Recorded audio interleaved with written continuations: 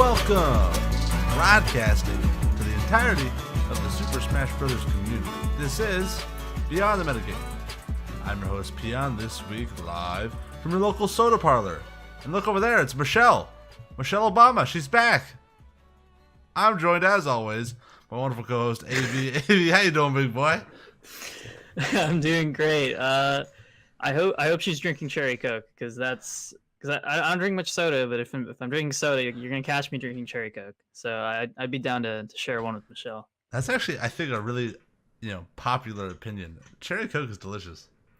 Yeah, I think it's actually one of those opinions that everyone believes that they're really special for having. It's like everyone likes saying, it's like, yeah, like I'm really unique. My favorite soda is cherry Coke. Sorry for like exposing you if your favorite soda is indeed cherry Coke, but I've definitely heard it from a lot of people. I know Charlie Sheen liked cherry Coke. Ugh. Anyway, welcome to this week's episode. This week it's Thanksgiving, guys. Happy Thanksgiving, at least in America, anyway. A holiday where we get together, we talk about all the things that we're thankful for. Hopefully, right now you're listening to this and you're just consuming like a pile of delicious food, maybe some pumpkin pie.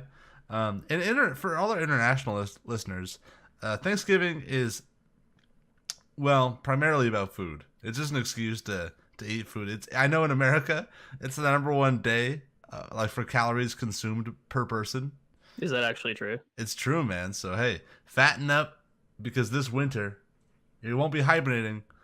You'll be playing a lot of Smash Ultimate. You're not gonna want to take a break and go to the kitchen, grab a snack. You don't have the time for that.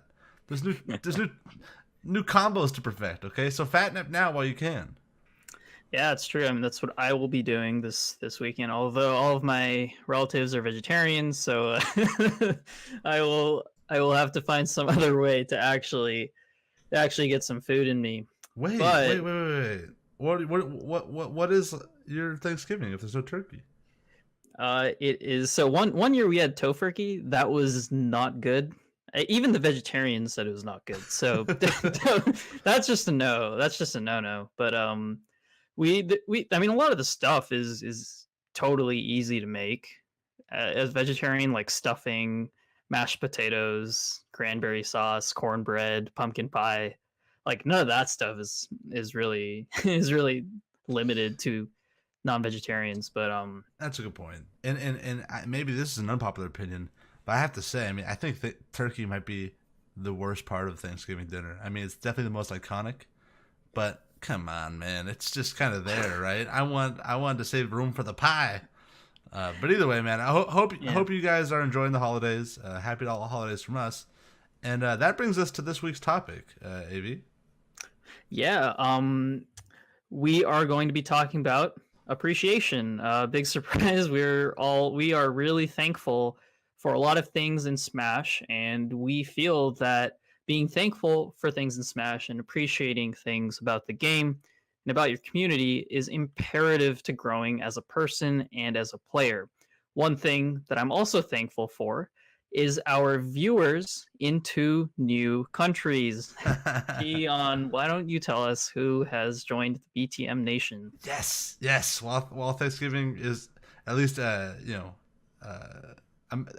Thanksgiving is North American exclusive, right? But we have some new fans, new listeners from Thailand and Sri Lanka. So, wow, we're getting exotic, man. We're getting exotic. Yeah, I mean, actually not Thailand, Taiwan. What did I say? I said Thailand? Yeah. Okay. You know what? That's my bad. No, we hope to get Thailand. We definitely hope to get Thailand. I have Thai food is basically my favorite food. I've been there a few times. Thailand is close to Taiwan, surely, right? Not really, man. Well, your global studies major is not really helping you out here. Look, man, I graduated college. Okay, I don't have the bandwidth, the mental bandwidth to have all this information in my brain. Okay, this is totally fair. I totally accept that. I'll give you a pass on this one. No, but whether you're from Taiwan, Thailand, Narnia, we're happy to have you, man. So thank you guys so much for listening. Abhi, any last words before we get into this week's episode proper? Yeah, definitely. I think that I, for one, am someone who really, really stresses appreciating things and appreciating people and the characters that they play. And it's something that's really lacked in the community in a lot of different ways. And I think just learning how to love love things about the game that you didn't think you could love before, and finding positivity in like the darkest in the darkest places of Smash is something that will really evolve your mentality and give you a totally new way to look at the game. All right, man. Well, hey, all that and more in just 1 second.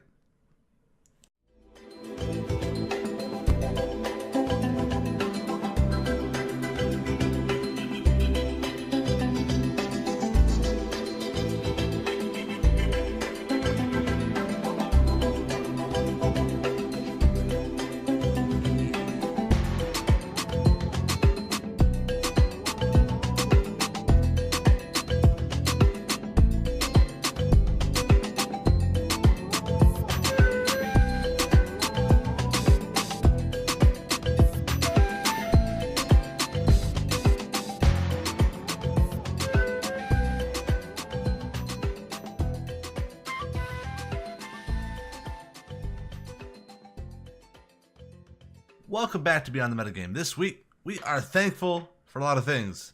AV, I know I'm thankful for Smash 4. I mean, Ultimate's coming out in just 2 weeks. I mean, I'm thankful for that, for one. But, it's kind of prompted this, like, process of reflection for me. I've been looking back on my years with Smash 4. Smash 4, while I played the series my whole life, Smash 4 was the game that ushered me into the competitive scene. It brought me to the chair I'm sitting in right now, talking into this mic, with you. It's done a lot for me, and I really I love the game. Both what surrounds the game and the game itself. And yeah, I don't know, I'm kind of getting in this like nostalgic, like rocking chair on my front porch mood, like smoking a pipe, thinking about, man, Smash 4, those were some good old days. Yeah, do you have a fire going? Fire. My missus is knitting next to me. She isn't saying a word because I'm too deep in thought, thinking about the good old days, man. It's great. It's great over here. But yeah, I've just been thinking a lot about the game, man. What about you? Where are you at in this whole process? Yeah, I mean, what prompted me to think about being thankful was the general ire that comes with going into a new game, in terms of the fact that a lot of people are looking back on Smash 4 as a generally negative experience. I don't want to. I don't want to really generalize and say that the entire community is doing this, or that or that or a lot of people share this opinion.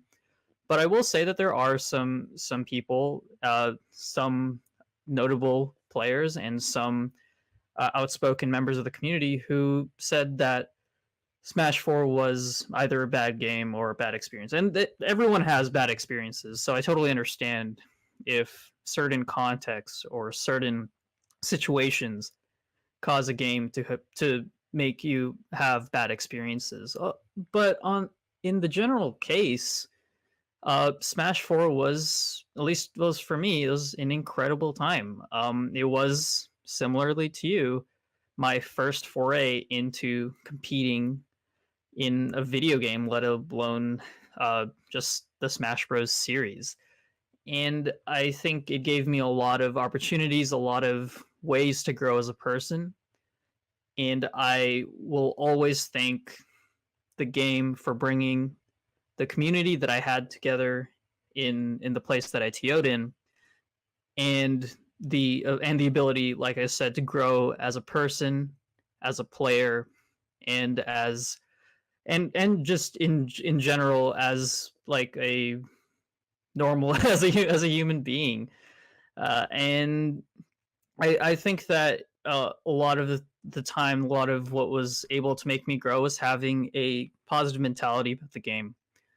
And I really think that this is something that has helped both me, and I don't want to speak for you, but I also, but from interacting with you and having a great time playing this game with you, I feel like it's very much the same way. Like, what keeps you being positive about Smash. Yeah, sure. Well,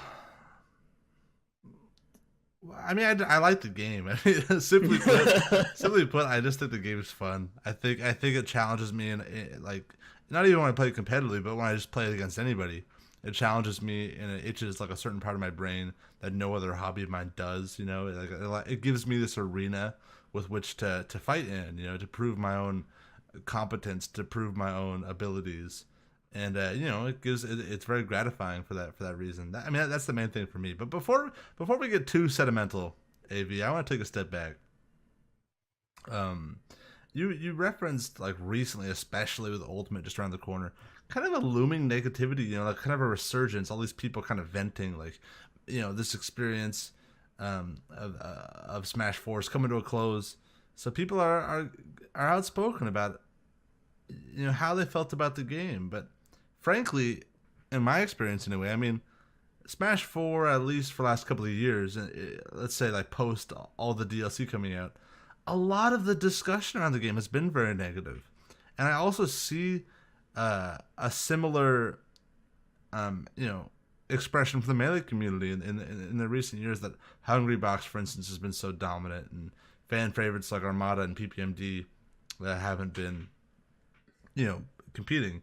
Armada obviously more recently than PPMD, but I see a lot of negativity around the game right now, and I don't know. I guess I want to talk to you, like, why is it important that we extinguish this negativity? Why is it important that we bring it up in the first place in our podcast? But also, like, what harm does it have, and how do we fix it? It's a lot of loaded questions, but I want to hear your opinions on all of this. Yeah, sure. Thanks for kind of bringing it back to the big picture. And the thing is, why is it good? Why is it good to have a really positive space, and what does this do for the community, and as a player or as a spectator? First of all, it's an incredibly, yeah, you're right, it's an incredibly loaded question, but there's a few things that we need to break down. One, you have a bunch of reasons, you have a bunch of motivations for playing this game.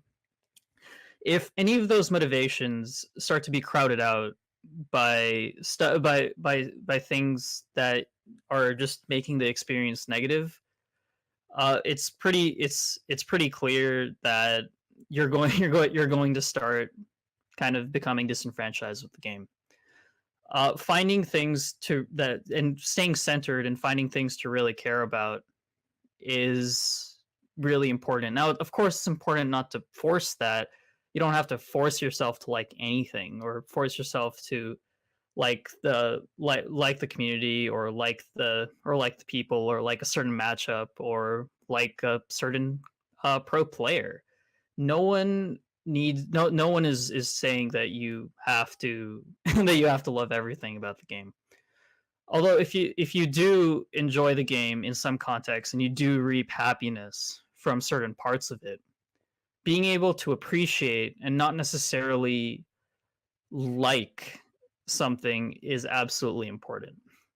It is really important, for example, to appreciate the skill that goes into playing Jigglypuff and Ice Climbers in Melee. Now, obviously, a lot of people can meme on me and say, like, that they take no skill, or that they're super easy to play. You just get one grab, or you just get one back air and then another back air and then another one.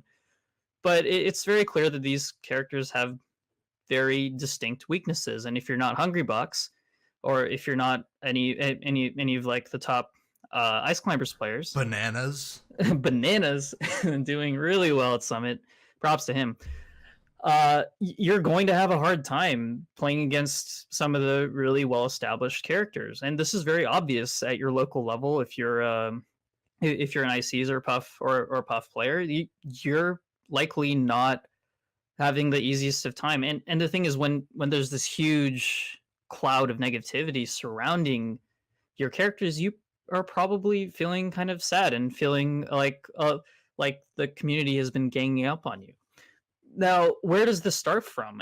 And then again, like you said, this is a huge loaded question, because this starts from simply the fact that when people lose to certain strategies, or certain abilities, they lose sight of the bigger picture. They lose sight of the fact that that the Ices player might have done a really sick desync to cover a ton of options, which put them in the position to get wobbled.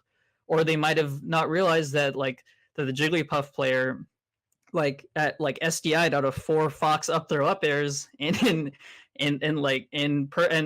perfectly set up the a roll read into rest, or hit every single jab reset necessary to confirm into what people think is a toxic mechanic. Losing sight of the big picture and losing sight of things that are basically in the same system as Smash, or the same system as the game, which is that basically these really cool things about a character that go along with their seemingly toxic mechanics, is basically an easy way to kind of get a bad to kind of just have a bad mindset about the game. Yeah. And yeah, I think that's one good example of it. Do you have any examples where you can see this in the community too? Yeah, well, it mostly surrounds characters, right? You know, like you mentioned in Melee, the ICs, the Puffs. But even I don't know, man. Even people will say, well, I won't go down that rabbit hole. You know, in Brawl, Meta Knight, all the Mars, the Ice Climbers in Brawl, there of course are these characters that definitely personify negativity within each game, which is kind of an interesting concept. But also with Smash 4 specifically, there's so much negativity about some of the quirks of the game, some of what makes the game kind of frustrating at times as a competitor, rage and crazy parts of moves that scale like crazy with rage, like Cloud's finishing touch, frame 17, or the single hit Bayo witch twist, or the back hit of the Mario up B, all those kind of weird Shine Spark with Samus, all those kind of moments where you're wait, what? That killed? You know? And I'm not saying that the game shouldn't be criticized when there's whack stuff in it, but for me, I guess it's a matter of, how should we express ourselves? How should we express disdain for these moments? And at what point does it become, natural, understandable frustration, and at what point does it become toxic negativity, right? And that's Right. that's an interesting question. I don't know if I have, a pinpoint answer on that. I mean, do you do you think there's a clear line? A clear line between Understandable frustration or criticism and toxic negativity. Sure. I think it's okay to say that Cloud's frame 17 up air to finishing touch that kills characters at 15% is bad game design. I don't know what you're talking about. You can say that. I'm not a toxic or I'm not in a toxic or negative mindset for saying that. It's pretty, I'm not saying what I said is objectively true, but it's pretty unanimously agreed upon that it's not the best of game design, especially because it was unintentional. That was some mistakes are good, like post-its and L canceling, and other mistakes are not so great. Like some of the random mechanics that we have in Smash 4, and it's acceptable why people talk about why they are mad at the game for certain reasons, and it's not a game without its fair share of jank.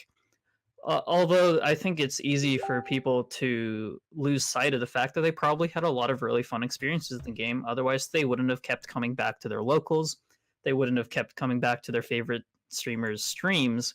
They wouldn't have kept coming back to watch majors or to play friendlies with their best buds. And that's when I said, remember when I said during a match, everything that led up to that one rest or that one wobble, there's all of this context. There's all of this beautiful play that goes around it. I mean, sometimes it's just 4 wobbles and it's over. And there is, and I'll say it as how it is. I won't Sure, I won't glorify a boring match if I have to. but a lot of the time there are a lot of these intricacies to not only uh, a specific match, to not only a specific game, and to not only a specific community, player, character. Like there's like my brain is actually like kind of going crazy at how complex this entire ecosystem is. There's so many ways to break it down, and there's so many things that it's easy to ignore if we just tunnel vision on negative aspects. I'm Right. not, and again, I want to reiterate this again, that it's not that we should ignore the negative aspects or that we should pretend that they don't exist to like basically have this illusion that we have a positive mentality. It's to accept them and realize that if you're sticking around in the community and if you're playing the game for certain reasons, which are very intrinsic to you as a person, there's the positives are outweighing the negatives. Right, right. Yeah, yeah, sure, sure. I think that's a good way to cap that off. And I imagine that most of our listeners, for the most part, are pretty positive. I mean, if you like this show, you probably like, being realistic with yourself. Yeah. You probably like the game, right? And you probably are pretty optimistic. Um, but I mean, I think that we all can be negative about the game at times. I mean, surely I've been toxic and negative about the games at points, and I want to talk about that. I want to talk about like instances where people might actually be negative, and like why thankful appreciation and just general positivity, right, in the spirit of Thanksgiving, Mm-hmm. is actually like really beneficial from a competitive standpoint.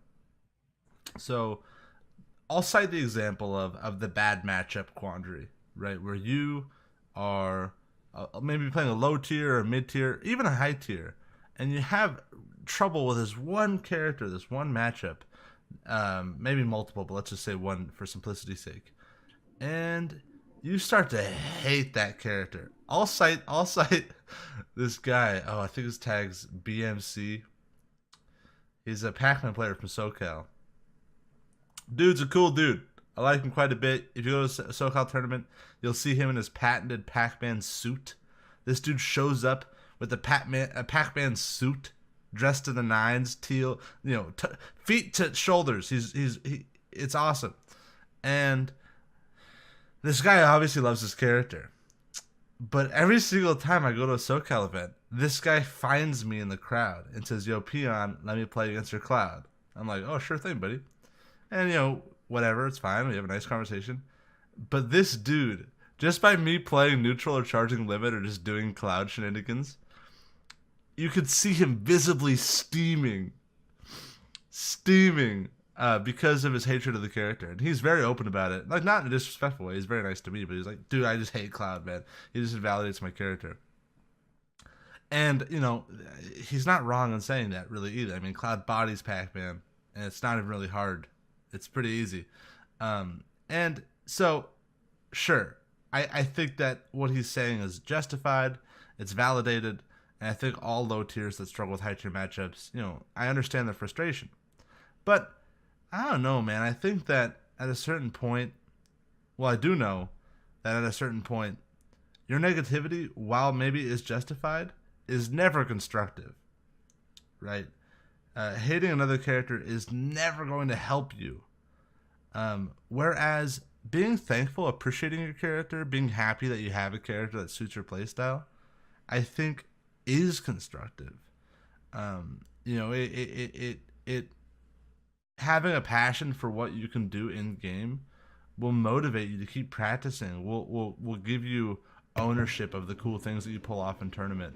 And so yeah, I would encourage people to appreciate the low tier as opposed to hating the high tier that they lose to. What do you think, Avi? Yeah, I definitely think that it's the obvious answer to say that it's better to appreciate your low tier than to get angry at a top tier matchup. And Yeah, I mean it's obvious, but so many people don't like. yeah, So many people, I see so many people do it. Like I see like so many people like play low right. tiers in Smash 4, and they're like, I'm like, dude, why are you playing that character then? I think there's like they play it for like the very specific times that they get something so sick. Because some of the low tiers, a lot of the low and mid tiers, have these incredibly sick mechanics that like when you get them, they're so cool. And I think they're just like literally playing for either the appreciation and love of the character, or for these like really amazing moments where everything just comes together and their character just does really cool stuff. I mean, it's it's a struggle playing a low tier. I think that in some sense I empathize with people that get angry at certain matchups. Although although even the worst of my matchups as a DK main, Rosa, ZSS, Bayo, I something drives me to get better at these matchups. Like I can't get myself to complain about them. Like I understand why people complain about bad matchups, but it's something just drives me to say, you know what? This is how cool would it be if I actually did well in this matchup?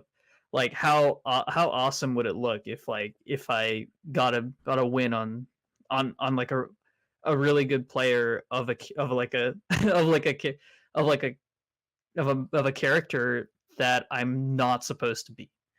And that's what keeps me going. Yeah, I love Just that. yeah, the appreciation. First of all, the appreciation for their character, the appreciation for for them optimizing a good matchup for them is also something that's really good to note. I can actually refer to one just from this last week. There's a NorCal player called Jet. He's an incredible Mega Man player in NorCal, and he played Mega Man against my DK, and it was miserable. Like, he absolutely destroyed me in the matchup. And the thing is, at the end of the set, I wasn't angry. I wasn't mad that my character just got absolutely demolished by like a really well optimized play against DK. But I was just like impressed. Like I was I was very impressed by by how like impossible he made the matchup seem. And the thing is, I'm sure like if I play some friendlies with some Eggman players with Jet next week, and really like do some research on what tools I can use in that matchup, I'm sure I'd actually have a really strong fighting chance. And that's something that keeps me going. It's the positivity and being thankful for like having people who are open to sharing matchup knowledge with you, even if the matchup is really it seems like it's impossible for you. The ability to play against extremely talented players of characters that absolutely destroy your character is something that is really hard to be thankful for. But when your brain starts to like actually appreciate these things, it is an incredibly enlightening experience, and it's and it's I think it's one of the coolest things to like reach as a competitor. Yeah, I'm into that, man. I mean, I'll even like cite like the Leffen versus Jigglypuff hate. You know, like Leffen every single time a melee major happens, and Hungrybox does well. Even when Hungrybox doesn't do well, Leffen has like that patented like HBox or like Jigglypuff is the best character in the game. It's obvious. Puff is so easy. Blah blah blah. And obviously he hates Puff. I'm not saying that hate is justified or unjustified. Leffen could do whatever he wants.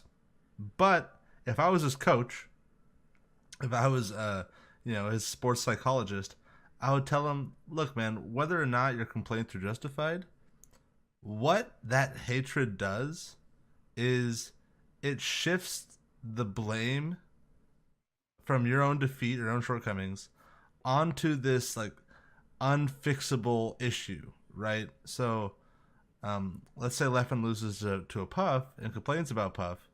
All of a sudden, deep in his subconscious, he's thinking, "I lost because Puff is broken." If Puff wasn't so dumb, even if it's just a little bit of the responsibility, he's shifting some of it onto the Puff, and that actually inhibits like any agency that he could, that he could give himself after after losing the match. When you appreciate the circumstance, when you appreciate the hard character as a challenge and not as a burden.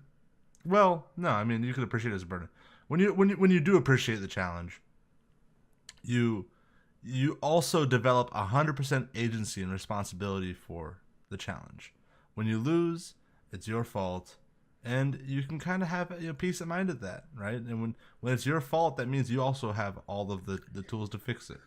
I mean, let me just jump in here really quick and say that I actually think that's why people don't. It's why people have a hard time having that mentality.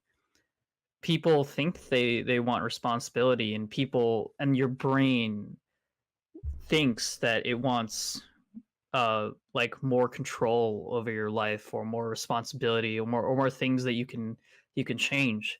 But it's actually not the case. Most of the time when you go to a restaurant with 20 options, your brain doesn't want to have to choose between 20 options, which is why your brain actually wants to pass off as much responsibility as humanly possible because of the ego. And that's actually something that's incredibly profound, which is something that, first of all, taking over your own life and taking over any of the aspects of your life starts with responsibility. And I think you described it as like an amazing experience.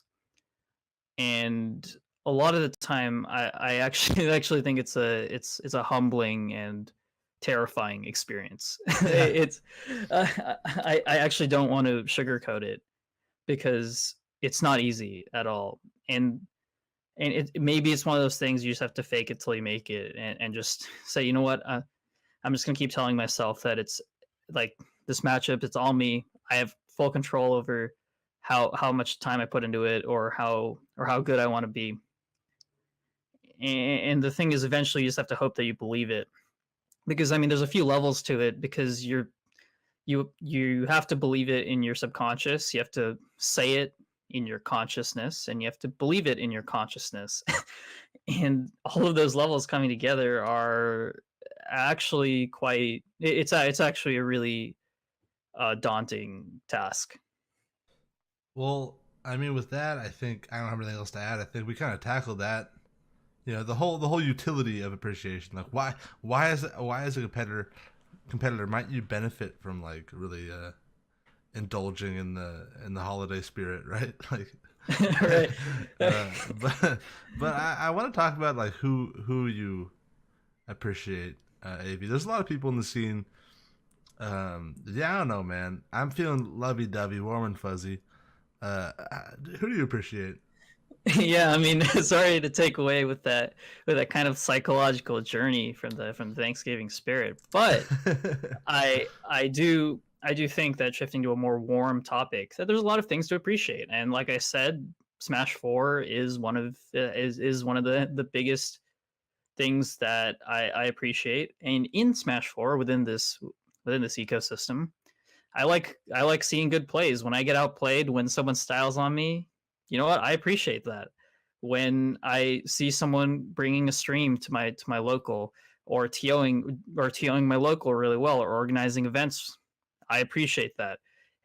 TOs and these organizers and these people who are bringing their computers and bringing their mixing boards to make really high quality content are not underappreciated. So No, underappreciated. and they're so underappreciated. People Without them, we aren't. don't have a scene. I mean, like we don't have any Yeah, footage to make the Smash documentary. We don't have any like yeah, online interface. It's so huge. They're doing God's work. yeah. I mean, it's really crazy to see that these people are just putting in hours of thankless work. And the incredible thing is, I was talking to a TO about what makes it all worth it, and it's like, right as I was talking about it, it's this beautiful moment. I was just I was saying, it doesn't matter how much thanks I got for it, but just like every now I it's like, but every now and then, when you see something go well, or you see someone integrate with the community, or you see an event run perfectly on time. That's great. But then in this moment, when I was talking about that, I saw someone go up to the TO of that local I was at and thank him for like running this awesome event. And like just when I was talking about it with actually another TO, we it's like I just pointed to that and I was like, that's what makes it worth it. So like even though like I say that like there's a lot of intrinsic things that make it worth it, sometimes just being recognized for your work is so important. Absolutely. Like, I mean, think about like Gimmer. Like, what scene do we have without Gimmer? We have nothing.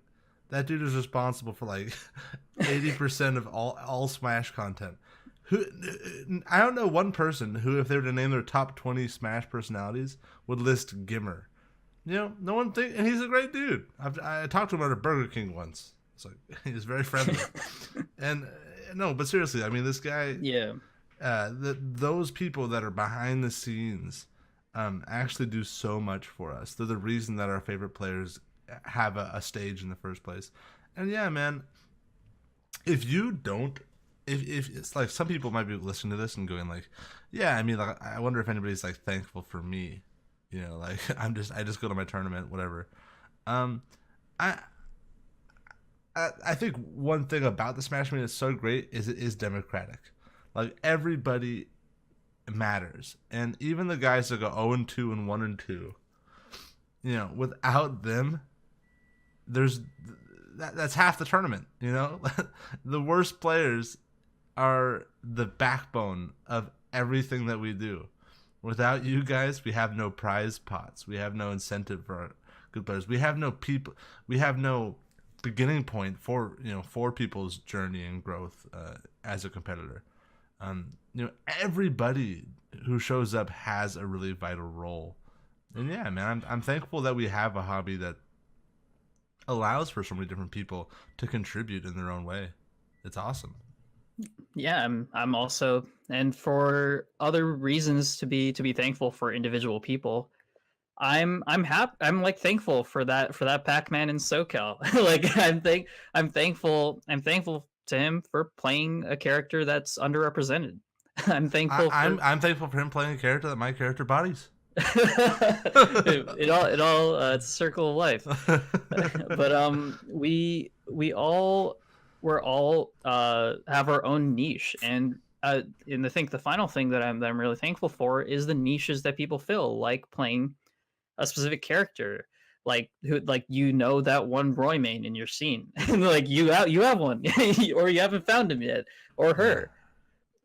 You you have to appreciate so many random things, like the person who makes every every game super fun because they pop off every single time, no matter how no matter how crazy the game was. Like, the people that give life to your scene through their like intriguing and diverse and complex personalities.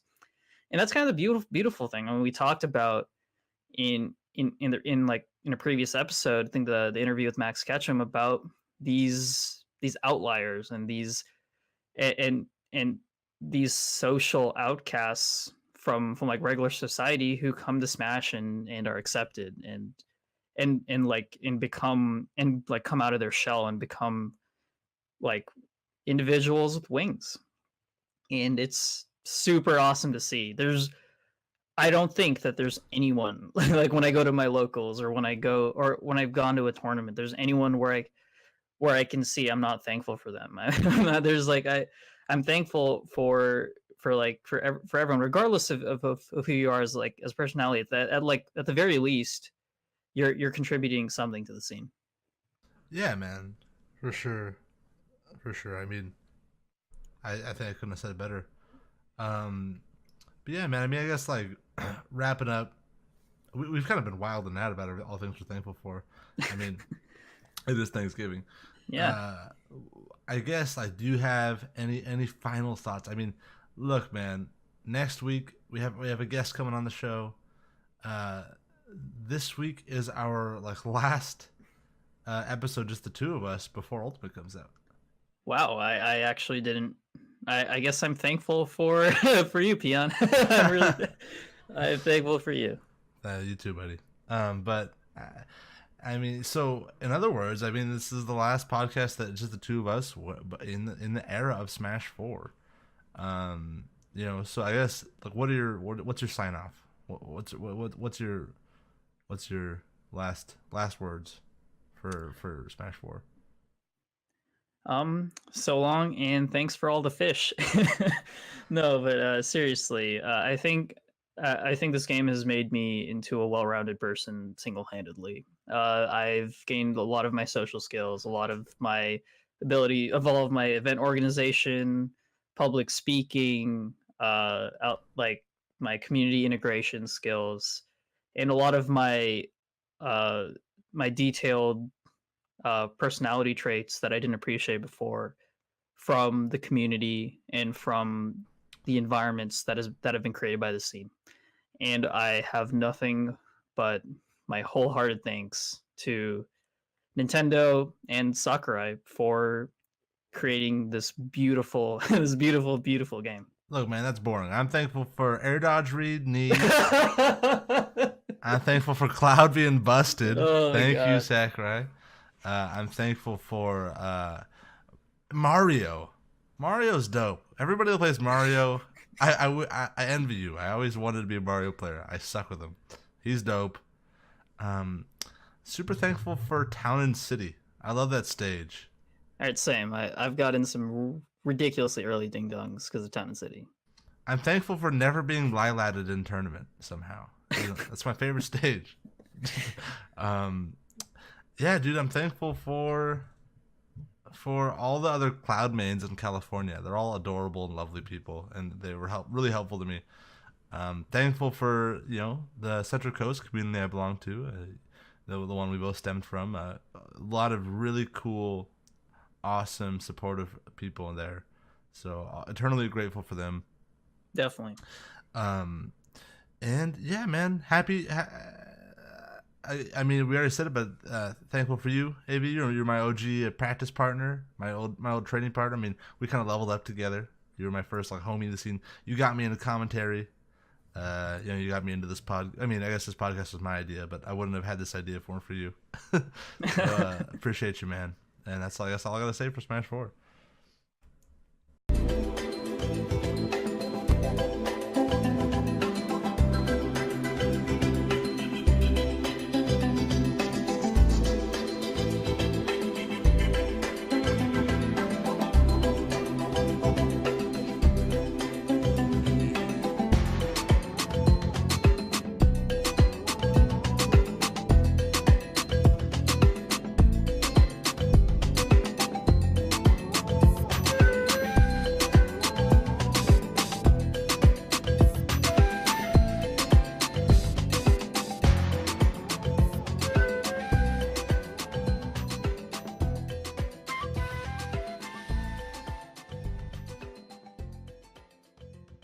Welcome back to Beyond the Metagame. It is Thanksgiving Day. I have cranberry sauce on my plate. I'm happy. AV, how are you doing now that we're at the conclusion of this week's episode? I'm doing great. I think this was a really fun episode because I love talking about being thankful for stuff. Why don't you go ahead and wrap up what we talked about today? Yeah, I mean, I guess in short, I appreciate the game. I appreciate Smash 4. I appreciate the Smash franchise, and I'm optimistic towards the future. And I hope that if you take anything away from this episode, is that loving the game, loving the people involved in the game, is not only more fun and more for yourself and for those around you, but also constructive in your own gameplay and in your own progression as a person and as a player. Yeah, I think it's just so so imperative to actually getting better. It's just loving every part about it. You gotta eat the game, sleep the game, and in order to do all those things, you gotta love it. So I think we're gonna move on to our new segment that is going to take the place in our outro. Now the thing is, it's not actually new. It's still a question segment. although we received from feedback from some of our listeners. And what we're going to do is in our community Discord, we have a questions channel. We will be pulling questions from this channel so that people who are interacting in our community can directly ask us questions really easily. We're finding that our tweets would get buried in the Twitter algorithm, and it didn't seem like the best way to get to you guys. But I think that this is the way to go, and we do have some questions lined up for us this week. Lay it on me. Lay it on. I'm ready. All right, Peon. Age on it says, how do you prepare a few days before a big event? Obviously, improvement is a long-term process, but what do you focus on during the week leading up to an important event? We have like an hour-long episode called Preparation.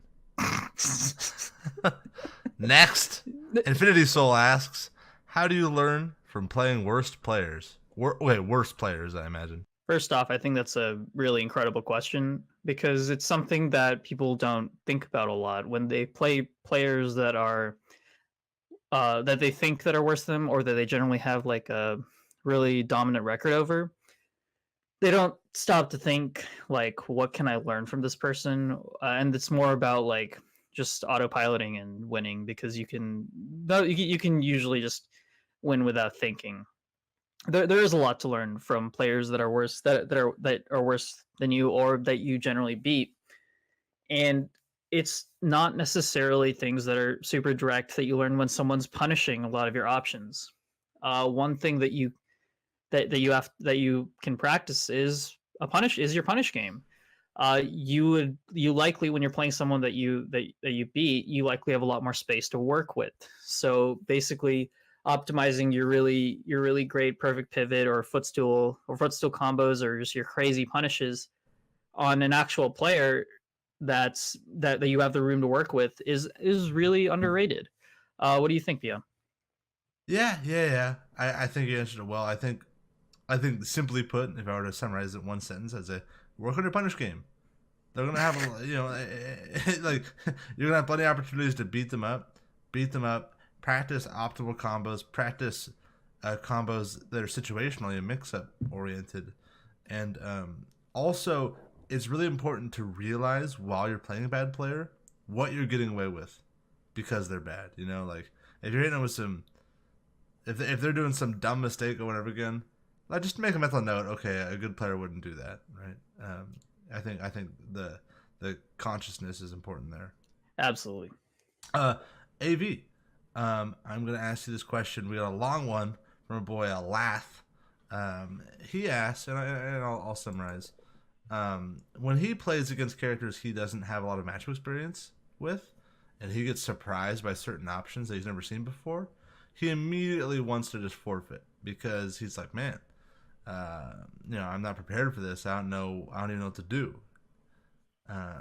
And when Ultimate comes out, he says there's going to be a lot of different situations like that. There's going to be a lot of different characters, a lot of new strategies, and he's afraid that at the start of the Ultimate, he's going to be unprepared for every match he goes into, and then therefore he'll feel like giving up every match that he has.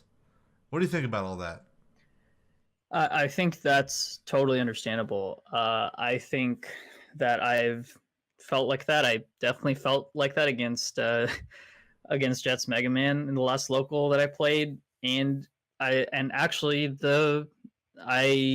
felt so like I just got destroyed so hard that I was like, no, this is clearly not happening with DK in this set. So I just switched to Sheik, and I had definitely a way more competitive game with Sheik. And I think that's the way you got to do it. Like if you know that that there's like way too many things that you have to break down and way too many things you have to understand in order to play a matchup properly, that's when having a secondary is your best boon. And it's really another really good reason why you probably want to have a secondary in Ultimate. It was very valuable to have a secondary in Smash 4 with the amount of characters and the amount of random and weird matchups that you'll have to fight. And that's why I have developed a decent Cloud and Sheik when I feel like I have not put in the time to play a matchup with DK that I'm not prepared for. Yeah, and I also think that, like, there's something to be said about like the fact that the moment that you're thrown off, you feel the urge to surrender. Mm, I wouldn't lean so heavily into preparation. I mean, I know like I said, we had an hour-long episode on preparation last week. It's important, but the thing is like sometimes you can't prepare for everything. Like you're gonna be right. surprised in tournament. People are going, especially in the new game. People are gonna throw some cheese at you. You can't be discouraged. You have to laugh, try to learn as possible, as fast as possible. Like, wow, that was weird. Okay, that's a thing. Yeah. And then take a mental note, and then after the set, ask your opponent, "Hey, what was that mix-up? What was that weird option? Is that true? Just learn it, make a note of it, and then be prepared in the future." But I mean, look, lack of knowledge is not synonymous with your own inevitable defeat. I mean, you can still win even if you're surprised. I think it would just be too hard on yourself, simply. But that's all our questions for this week, AV.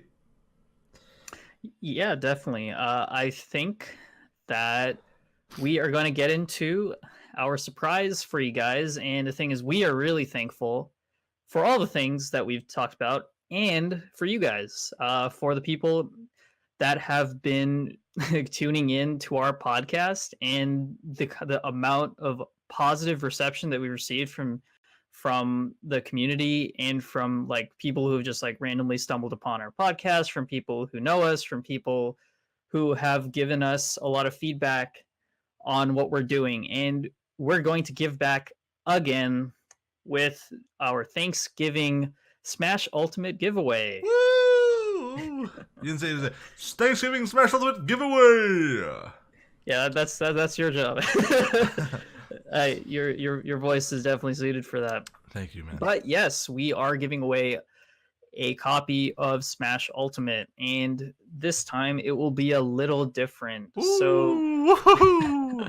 So you'll have a few different ways to enter. We will be posting the Twitter link to this giveaway right as this podcast is being released. So definitely look out for that tweet. And the few ways that you can enter: first of all, follow us on Twitter. If you're already following us, then you will be entered in anyway. You're gonna have to retweet the giveaway tweet, and then you're gonna have to answer a question. But those are all like, you don't have to do all three, but like the more you do, the higher odds you have, right? Right. I actually, I mean, I kind of want everyone to tell me what they're excited for in Smash Ultimate. I don't think people will object. Yes, and it's also important. We should also, allow ways to enter, not just Twitter specific, because we have some people in our Discord, for instance, that don't even have Twitter. Absolutely, and that's why there are some optional ones, such as being a YouTube subscriber. That will definitely get you that'll get you some entries, and then we'll have a special one for our friends in the Discord community. Awesome, man. Well, yes, you'll see all those details finalized on Thursday. Either way, it's going to be hype. There's going to be a lot of different ways to enter, a lot of different ways to increase the odds in your favor, and ultimately, no pun intended, get you a copy of Super Smash Bros. Ultimate. So, yeah, and again, that's a token of our appreciation towards you guys. We're thankful for you, and we appreciate you. Wait, but that's not it. There's more.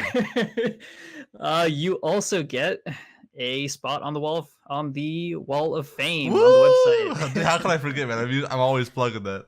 Yeah, you're the one who's always plugging the wall of fame. I think that was my idea, actually, the wall of fame. I was like, AV, yeah, because AV does all the website stuff. And I'm always like, dude, AV, we need a wall of fame, man. Trust me, man. We need a. So yes, man, you'll be on the wall of fame. Yeah, you'll be next to our friend Balake, who won the last giveaway. Unfortunately, Balake, you are disqualified from winning again. No, dude, I say we keep Balake in the running, but if he wins, it's proof that there is no God.